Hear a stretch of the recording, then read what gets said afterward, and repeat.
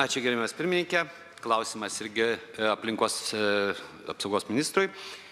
Gerbiamas ministrė, mane kreipėsi Katišiaus ir Jodikio bendruomenės Trakų rajono savivaldybės Trakų seniūnijos dėl Margio žvyro karjero numeris 1 plėtros.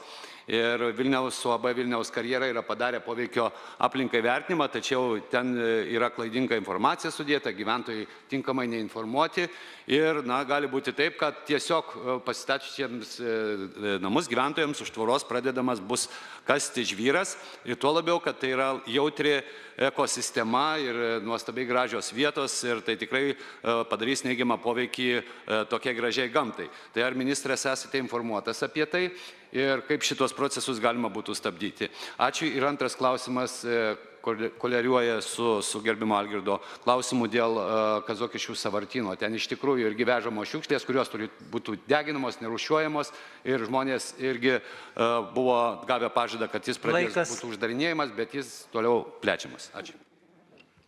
Dėkoju.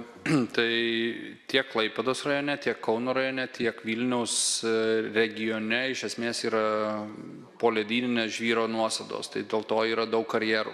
Tai mes turime daug problemų su bendruomenėmis, priemiesčių kvartalais, kur iš esmės įsikūrė aplink šitos 3 didmiesčius, bet kartu aplinkui yra labai daug žvyro sankaupų, todėl karjerai turi būti vystomi nuosekliai ir čia yra keletas saugiklių.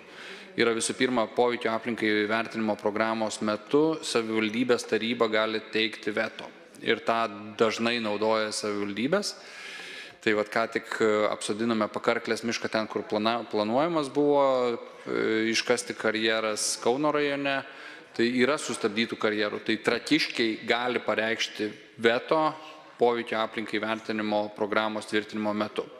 Antras dalykas dėl atstumų, bendrųjų planų, ar tokie karjerai numatyti bendruosiuose planuose, ar atstumai išlaikyti iki gyvenamosios aplinkos, visą tai tikrina vėlgi valstybės institucijos ir jeigu yra kažkokie skundai, tai labai prašau adresuoti, nes man tai yra nauja istorija.